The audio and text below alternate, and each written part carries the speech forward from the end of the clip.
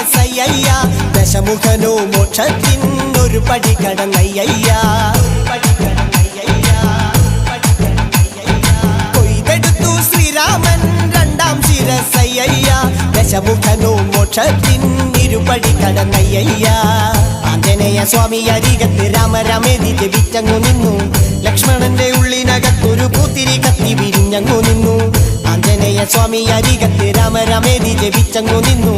ലക്ഷ്മണന്റെ ഉള്ളിനകത്തൊരു പൂത്തിരി കത്തി വിരിഞ്ഞങ്ങു നിന്നു ശ്രീരാമ വരമരുളൂ ശ്രീരാമ പ്രാർത്ഥന കേൾക്കാനിരിയും വൈകരുതേ നീ